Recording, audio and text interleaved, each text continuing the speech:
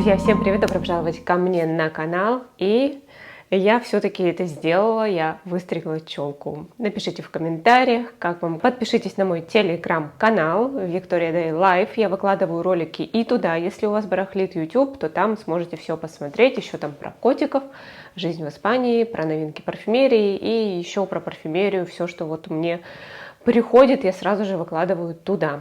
И мой промокод в рандеву 10 Victory дает скидку 10% на все, суммируется со всеми акциями и скидками, которые проходят на сайте. Можно практически на любой аромат взять от Levant, это очень удобно, можно поносить дорогие ароматы, да, прежде чем их покупать. Я вот пока не продала ни один аромат из своей коллекции.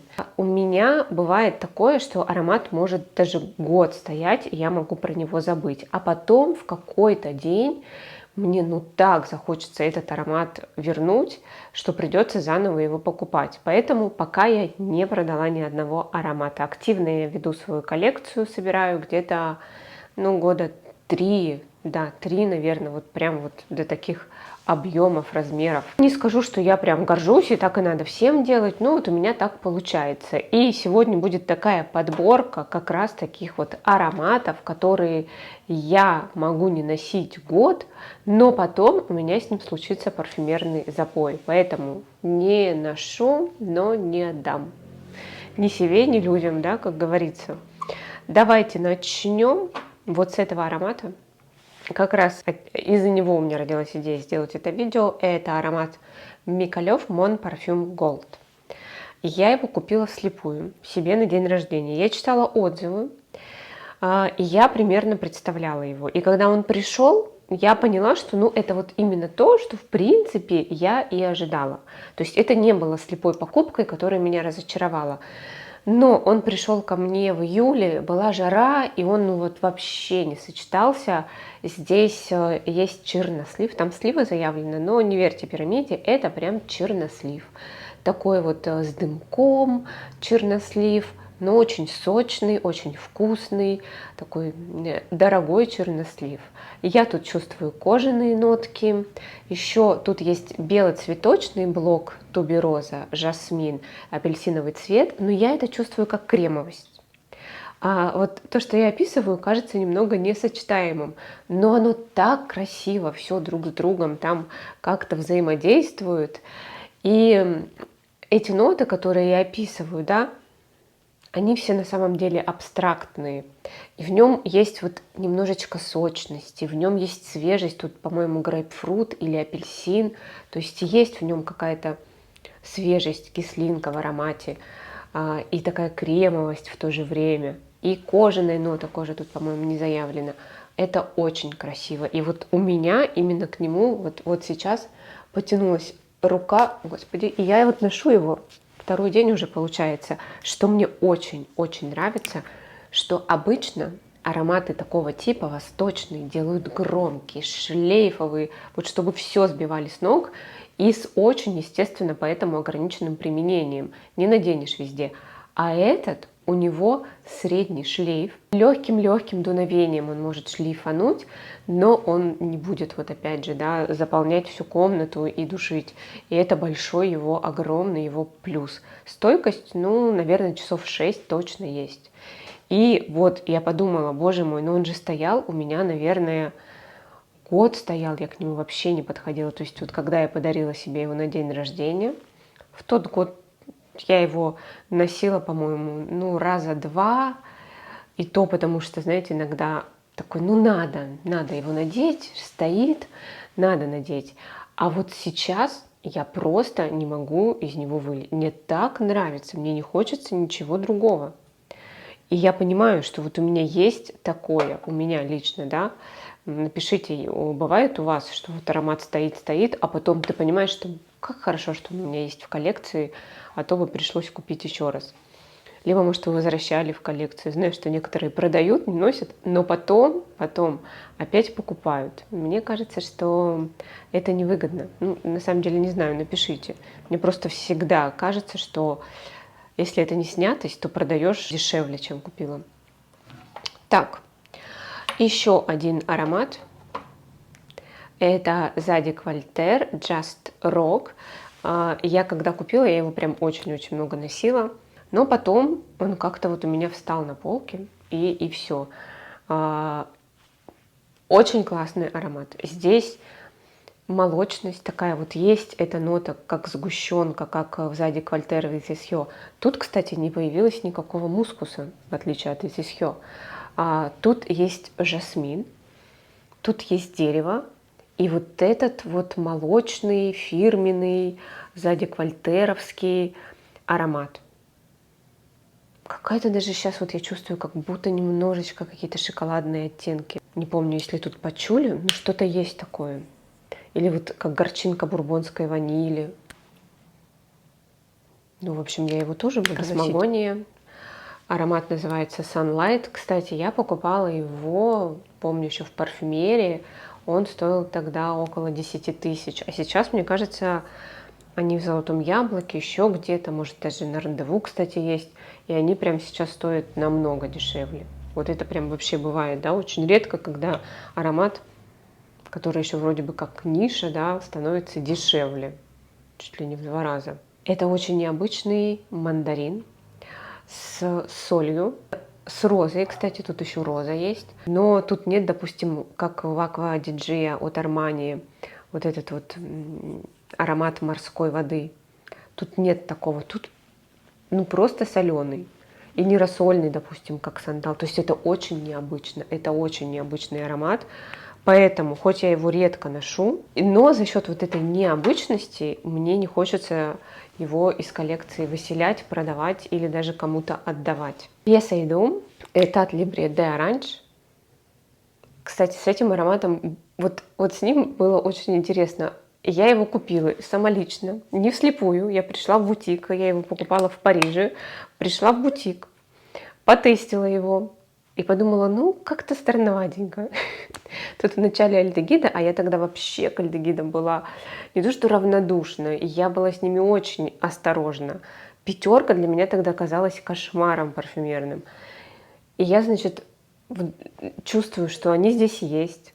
Потом как-то странно все становится сладко, белоцветочно. Вообще на тот момент даже не мой профиль, вообще мне такие ароматы не нравились. Ну вот мне так понравилась концепция вот эта Элда. Это Yes I Do, вот я помню эту их рекламу, этот флакончик розовый. Вообще я Элда люблю. И вот и в Париже я, и в бутике я, и что-то мне хочется купить, и купила. Я его носила вот без удовольствия. У меня тогда было всего ароматов 6.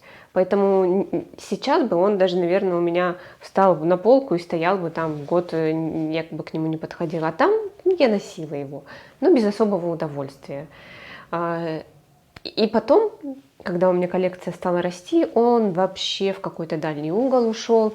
Я им не пользовалась, но как-то раз, уже после вот моей любви к альдегидам, к 5 шанелевской, я опять подошла к этому аромату. И вдруг как оценила эту красоту. Вот эти верхние свежие ноты, причем тут совсем не шанелевские альдегиды, близко они тут не стояли с ними. Они такие современные, мягкие, абсолютно по-другому. И потом это все, тут ландыш есть, это все переходит через такую какую-то свежую ноту ландыша, немножечко в хорошем смысле мыльную, переходит в теплую сладкую базу маршмеллоу, но не приторную. Она какая-то все равно довольно прозрачная, вся композиция остается. И это вроде бы очень просто, но вот сделать этот переход от холодных альдегидов к теплой базе, это не так-то просто.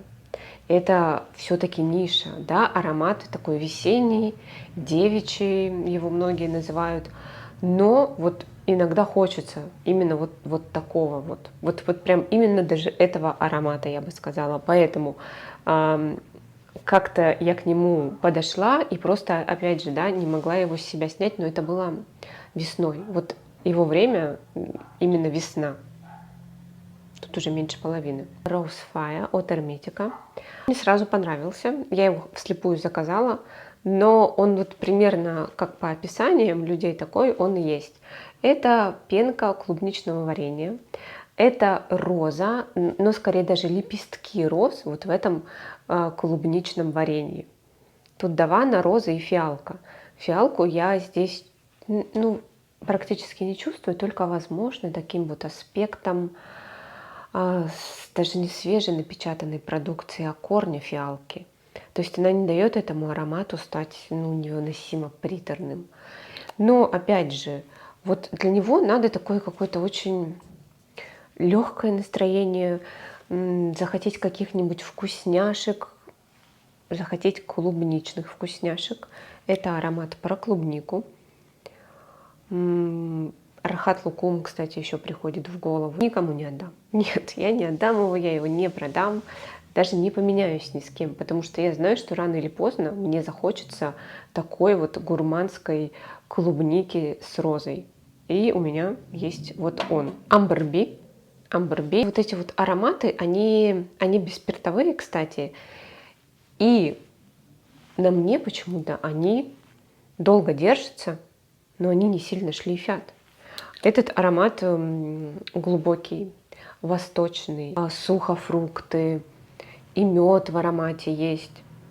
И, кстати, в них во всех я чувствую одну и ту же базу. Тут молекулы есть, они и молекулярные, и бесспиртовые, вот такие необычные ароматы.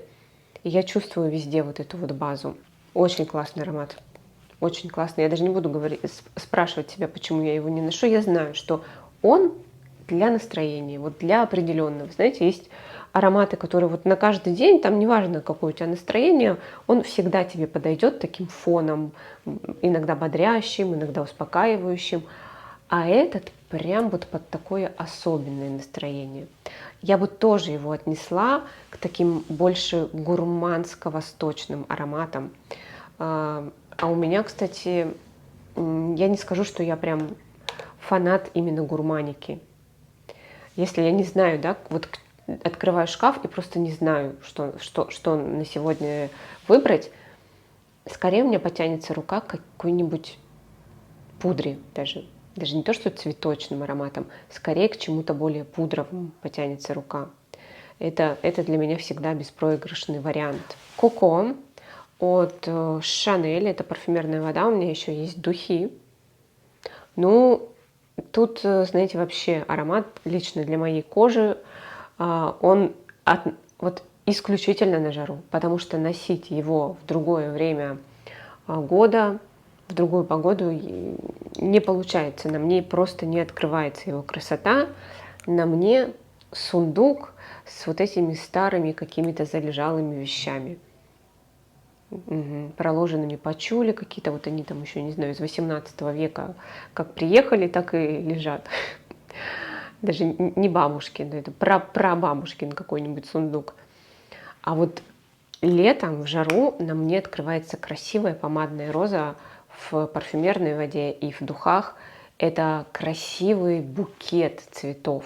Вот просто разных цветов, в том числе и полевых. И прям слышишь жужжание пчел, которые собирают пыльцу с этих цветов. Прям целый луг. Отличаются, да, духи и парфюмерная вода отличаются. Нарцисса, я про него рассказывала в предыдущем видео. И, кстати, после предыдущего видео я его решила все-таки поносить. Но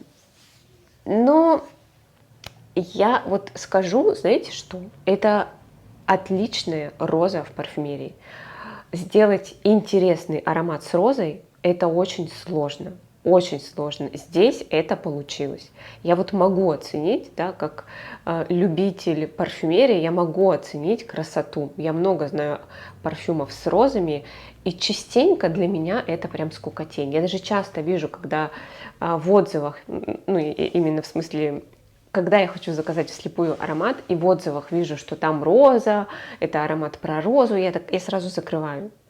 Я почти на 100% всегда уверена, что этот аромат не будет меня раздражать, бесить, он не станет моим парф-кошмаром, но на 99% я уверена, что вряд ли я его буду носить, вряд ли из всего разнообразия я выберу его, потому что розы часто делают неинтересными. очень часто похожими. Вот роза и специи, роза и дерево, шипровая роза. И вот как бы они ни старались, неважно, люкс, ниша, вот они мне одинаково все. Поэтому если у меня есть один шипр с розой, то мне уже не надо другие. Но вот эта роза, да, вот эта роза очень интересная, хотя вроде бы это древесная роза, тут кедр, но вот сочетание с этим пудровым мускусом Нарцисса Родригеса, необычный тут кедр, необычный тут, кстати, два вида даже кедра, по-моему. И холодная роза, очень-очень необычно.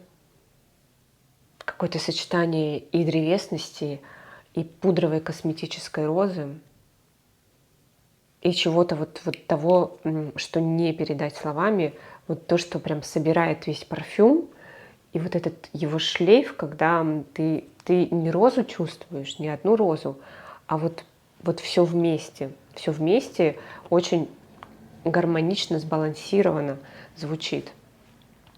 Но рука не тянется, не часто тянется. Когда про него рассказываю, мне прям самой хочется его носить.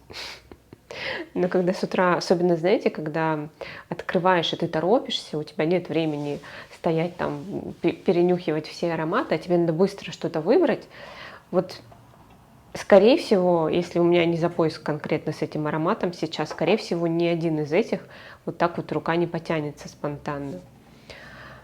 Ой, ну это вообще обоснованно. Это Perfume Saxe, это аромат Саши Фролова. Это просто аромат, который сбивает сразу же тебя, выбивает, и ты не понимаешь, парфюм это или вообще что-то другое тут намешали. Тут какое-то сено. Я, кстати, чувствую тут как будто аромат бани. Причем это не новая баня, не сауна, а это вот баня, пропитавшаяся уже шампунями, мылом. Там есть предбанник. В предбаннике стоит малина, даже малиновое варенье, наверное. Или клубничное варенье и малина. Ну и то, и другое я чувствую. Кожаные ноты, что-то такое, какое-то сено еще тут есть. Описание от АС. И оно все звучит, вот все, что я перечислила, оно звучит одинаково громко. То есть нет такого, что ты чувствуешь клубнику с малиной, но это как-то там немножечко подчеркнуто нотами кожаными или вот этой вот сруба деревянного бани. Нет, оно все звучит сразу же. Но это очень интересно. Я не знаю, куда носить этот аромат в люди, честно. На прогулку могу, да, вот просто если я гуляю, и понимаю, что не буду ни с кем останавливаться, долго разговаривать, обниматься, прям я в этом уверена, то нормально.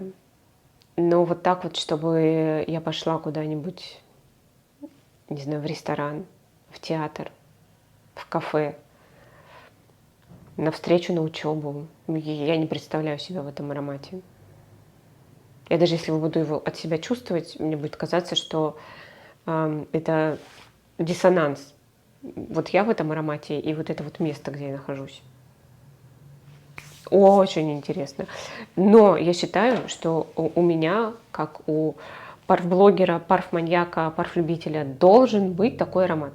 Мне иногда друзья, знакомые прям меня спрашивают, а вот удиви-ка нас чем-то, вот прям вот, чтобы мы прям в шоке были. И Франк Бакле «Кокаин», Perfume Saxe, не знаю, что еще, сейчас ничего больше в голову не приходит. Но, в общем, вот эти два аромата, это точно людей поразит. Вот точно. Они такие, ну да, теперь мы понимаем, что это парфманьяк, такой нормальный человек не купит. Ой, друзья, не обижайтесь, да, я знаю, что Франк Бакле «Кокаин» на людях раскрывается часто очень красиво, что это тубероза красивая, кто-то говорит, даже там есть попкорн, и я не чувствую, на моей холодной коже звучит вот этот индол, и все, и он не уходит, вот не уходит никуда, никак его не уговаривай, он будет звучать до самого конца. Поэтому, опять же, да, все субъективно, все субъективно. Ну, кстати, так как у меня нет флакона кокаина, может, стоит купить? У меня просто пробничек, а он заканчивается, а людей надо удивлять. Ладно, все. Прям реально задумалась. Линтерди Живанши. У меня туалетная вода, причем это старый выпуск, сейчас уже новую выпустили. Я, кстати, не знаю, чем они отличаются. Напишите, есть ли вообще разница между ними. Я его тестила, мне кажется, ну, может, там побольше цитрусов в начале. Это земляника, или некоторые говорят, что это виноград. И это тубероза дает такой оттенок. И вот это настолько ярко, это настолько пронзительно. И поэтому я этот аромат часто носить не могу. Это я не знаю почему. Вот он меня не раздражает, он меня не бесит, но почему-то у меня не тянется к нему рука. Он очень холодный. Да, вот возможно, если бы была какая-то версия, да, там Линтерди Руж, возможно, Интенс, но вот этот, кстати, тут есть базе, как будто бы что-то похожее на амброксан. Я раньше этого не чувствовала. Вот именно поэтому я не ношу его, но я его не отдам, не продам, он у меня останется, потому что, ну вот мне иногда хочется обонять этот аромат, даже если бы не с себя. Вот мне нравится иногда его чувствовать. Я, кстати, сталкиваюсь иногда со шлейфом этого аромата, и мне очень-очень приятно его чувствовать. Но пока вот я не совпала с ним по настроению. Для меня это тоже аромат настроения. Уверена, что когда-нибудь это случится, когда-нибудь я прям в запой с этим ароматом уйду. Вот уверена. Но пока нет, ну такого не произошло. Но не собираюсь никуда его сбагривать. Это Mon Paris от Yves Saint Laurent. У меня, кстати, вот с этим ароматом было такое, что я тестила, я знала этот аромат. И у меня вот случилось, что вот я хочу его и все. Вот хочу и все. Вроде бы себя уговаривала даже, что он какой-то слишком простой. Ну, клубника, тут какое-то шампанское. Какие-то такие ноты я чувствую, как будто хлеба. Такое даже на фрагрантике писали. Вот чувствую нота бородинского хлеба. Очень странно в этом аромате, таком классическом, не претендующем на какой-то шок для публики. Откуда здесь эта нота, я не понимаю. Но вот я ее чувствую, и все. Мне, кстати, она нравится, она уравновешивает вот эту кислую клубнику в начале с шампанским. Шампанское, кстати, довольно тут воображаемое. Это не как, допустим, вот эта нота в Дом Роса, да, Le Liquide Imaginary. Там прям вот алкоголь, вот чувствуется это вино или шампанское, вот прям очень отчетливо. А здесь это скорее вот он такой искристый, как будто пузырьки, то есть это так довольно в воображении все происходит. Огромная пирамида, не помню ее всю. Тоже помню, когда он пришел ко мне, я просто его носила, не снимая, а потом он встал и стоит. И пока вот я не дождалась еще одного такого настроения для этого аромата, стоит, не знаю, когда дождусь, но ни в коем случае его не собираюсь отдавать или продавать. Потому что считаю, что все эти ароматы очень классные. Даже если я их не ношу, все равно хочу, чтобы они у меня были, потому что когда-нибудь мне захочется все равно с ними не расставаться. Господи, как что-то как-то странно формулирую. Потому что все равно я знаю, что наступит день, когда мне захочется опять носить именно этот аромат. И мне захотелось еще раз обновить Mon Parfum. Я на самом деле чувствую его от себя, но мне нравится у него старт. Вот что я поняла. Мне нравится его... Тут апельсин есть, по-моему. Грейпфрут, я не помню. Но вот мне нравится этот свежий старт. И потом чернослив дымный, кожа, такая амбровость, медовость в аромате. Вот прям, он прям физически меня сейчас согревает. Вот, друзья, такое получилось видео. Пишите свои ароматы, которые не носите, но никуда, никогда никому не отдадите. Я, кстати, все-таки подстригла челку. Мне девушка написала под предыдущим видео: не делайте этого. Вообще отрастите волосы и сделайте, как вот вы в начале ролика, длинные, такие кудрявые. А я уже подстригла. И я об этом не жалею. Дело в том, что у меня есть такая фишка. Я где-то примерно раз в несколько лет очень хочу каре. Вот прям просыпаюсь и понимаю, это день каре. Иногда у меня даже получалось записаться прям в тот же день к своему мастеру. Точнее, предпоследний вот раз у меня это вышло. В этот раз это был очень обдуманный шаг. У меня даже двухэтапный шаг, потому что первый раз, когда я пришла к ней и говорю «хочу каре», она так посмотрела на меня, это было после наводнения, через 2 недели, она думает такая, ну, психанула девчонка. И она мне как-то вот какое-то удлиненное очень сделала каре. Я ушла, подумала, ну ладно, ну окей, длинные, не короткие, точнее длиннее, не короче. Ушла, и где-то недели 2-3 я ходила и понимала, что нет, мне прям кардинально надо каре, вот прям вот такое. И когда к ней пришла второй раз, говорю, мне каре, вот прям точно, понимаешь, вот именно каре. И она прям отстригла мне прядь и спрашивает, так? И я говорю, нет, говорю, еще короче. Она еще покороче отстригла прядь, говорит, так? Я говорю, нет, говорю, еще короче. То есть обычно, да, обычно все там за каждый сантиметр трясутся, поэтому она думала, что, может быть, я немножечко так перегибаю, может быть, я не уверена, но я прям точно уверена, вот на 100%. И я, когда смотрю на себя, именно вот с этой прической, мне надо, чтобы это лежало, как классическое каре, у меня волосы вьются, поэтому это уже укладка на утюжок, и вот мне нужно, чтобы оно выглядело именно так. И вот когда я смотрю сейчас на себя в зеркало, я вижу именно вот то, что я чувствую внутри. Я никогда не анализировала, что это, да, что именно я такое чувствую, что это отражается именно вот в такой прическе. Надо и надо. Поэтому какое-то время я буду ходить с каре, я буду ходить с прямыми волосами. Мне прям очень нравится. Все, друзья, спасибо, что вы были со мной. Спасибо, что заглянули на канал. Приходите обязательно. Подписывайтесь на канал, подписывайтесь на мой телеграм. Не забывайте про промокод 10Victory на рандеву. Я вам желаю хорошего настроения. Обязательно будьте счастливы.